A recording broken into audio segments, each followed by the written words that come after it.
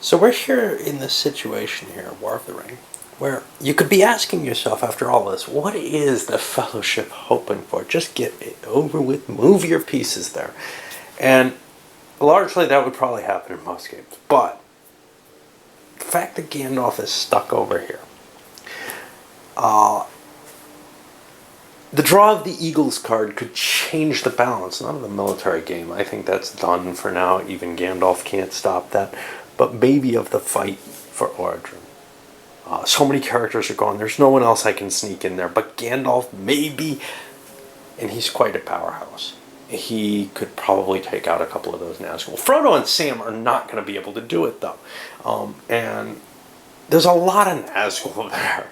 Which is why I don't want to make the attack yet. So what am I doing? Well, I'm buying more time, making an attack here on Edoras at 7 to 2, which would be a 3 to 1. The Dark Power player is not going to pay a defensive piece. He's going to let this attack happen with no mods. A 1 is rolled. It's 10 to 20%. Well, neither side loses. Oh yeah, I'm sorry, 10%. The Fellowship side loses a strength point. Now it's 6 to 2. And again, no mods. 20% loss for the Fellowship. 6, that's 1.2. Another strength point goes down. And they're losing quite badly. Oh, I'm sorry, that was 6 to 1. 10 to 20 again. Okay, and now again, and now it's a 6, 50%. They have finished off the orcs here. And that was pretty much to be expected. They've won the battle for Edoras. They own it. Yet another stopping place. Prevent the Dark Power player from getting that win as easily as they keep playing their delay of game tactics. Alright, well, it's the Dark Power turn. Let me make a roll and see how many shadow points there were. There were a lot this turn. And that's important because I'm going to move a bunch of Haradrim, say 40 of them, for 3 points back here. And that increases my strength. I've got 3 points for that attack. I can do this. 1, 2, 3, 4, 5 for another point. And now 2, 3, 4. I can move those orcs up. And I don't know, I got some more points somewhere.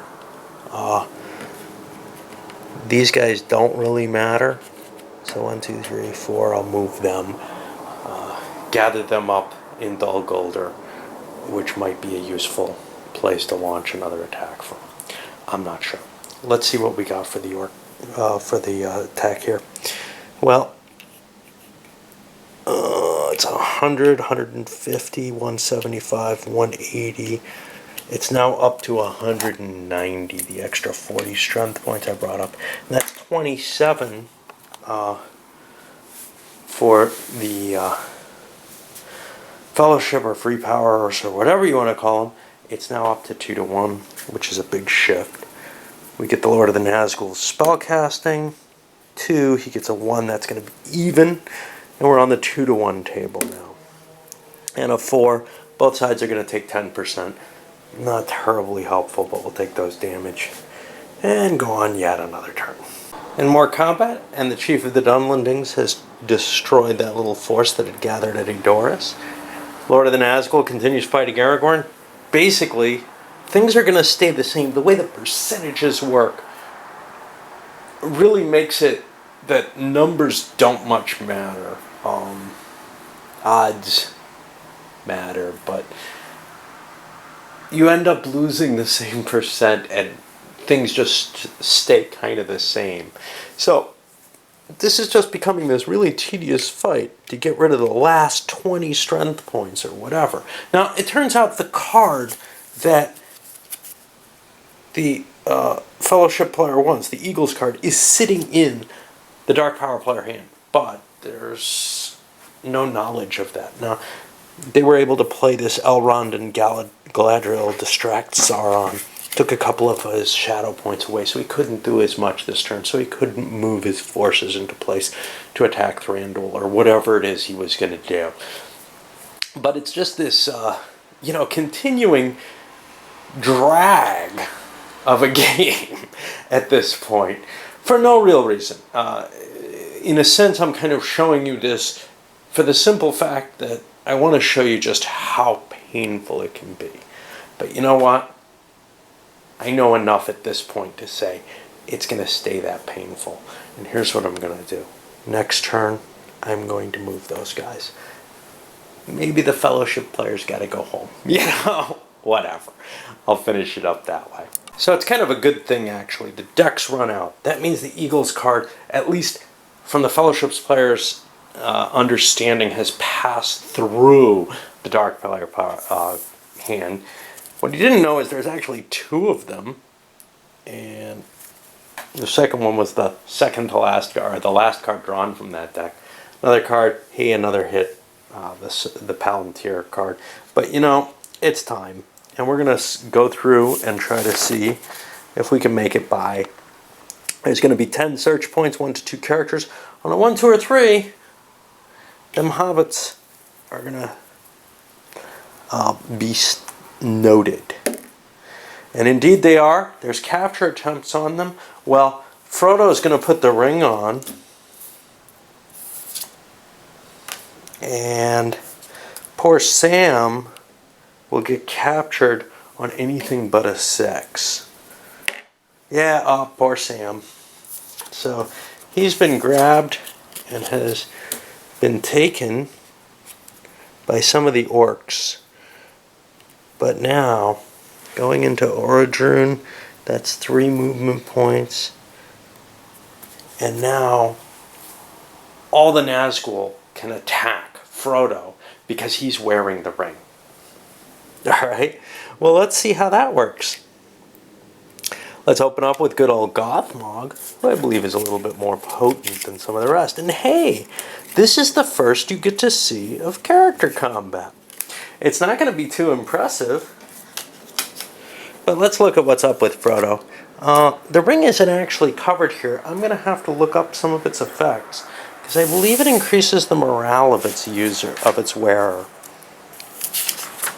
in addition to its invisibility effects.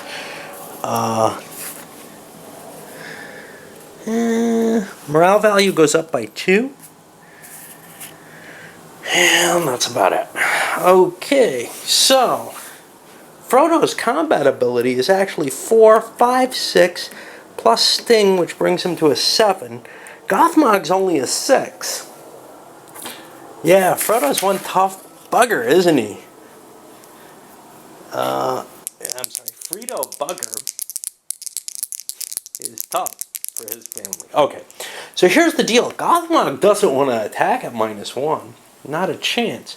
So he's going to use sorcery. And he'll hit Frodo on a 4, 5, or 6. And he does not. Now Frodo's going to be attacking at +1. And he does nothing. And now we go to another round. The same thing happens. Gothmog fires off his spell. No. Frodo attacks. Frodo got a 2, which means he causes a wound to Gothmog. Now, because Sting is a magical sword, it causes permanent damage to Gothmog. It could actually kill him. And we'll mark that like that. Now, Gothmog's strength has been decreased by 1 by that wound. So now, Frodo's at +2. Gothmog gets to fire off his spell. And he hits Frodo for a point. If we can find him. He's up here. And now Frodo comes back at his +2. He's not injured at the time of his roll. And he takes a wound, but he kills Gothmog. Mighty Hobbit. Okay, well, now all the Nazgul are the same. Let's take Nazgul number 9 here and mark him up against it, since he's got the next chip. Nazgul number 9 is only strength 5, but poor Frodo's down 2 hits. So he's at 4, 5, 6, 7, down to 5. he's even with the Nazgul. Now the Nazgul is still going to use sorcery because he doesn't want to roll on the 0 table particularly. There's no advantage to rolling on that when you've got a sorcery table. So I'll roll that. And he misses. And Frodo's going to be on the 0 table. Frodo gets a 2. That's bad for him. He takes a wound. So now he'll be fighting on the -1 table. And let's do the sorcery. No 1 hit, which is going to finish Frodo off. And Frodo does a wound to the Nazgul number 9. Ring seized, brought back to Barad-dûr, and Sauron wins this one. It looked like that was going to be the case for quite some time. Usually a ring victory has to be kind of a surprise attack, a quick move into there before Sauron gets a chance to either stack all of the Nazgul or surround it with lots and lots of orcs. As we can see, it's a painful situation. There's a reason why people don't want the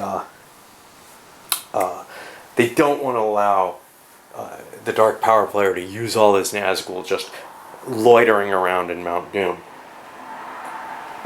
Some of the scenarios that I have also, or modified versions, like this Great Northern War, and I think the PBM game, actually try to discourage that behavior through various means. The problem is, if you got rid of that behavior just straight up, like somebody suggested, make it illegal to just do these things, well, you don't really get a balance out for it.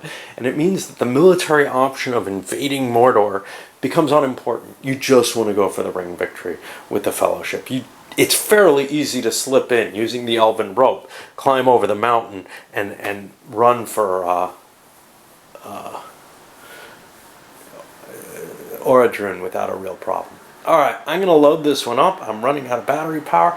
I'll come back and give an overall review of the game and some thoughts that I have.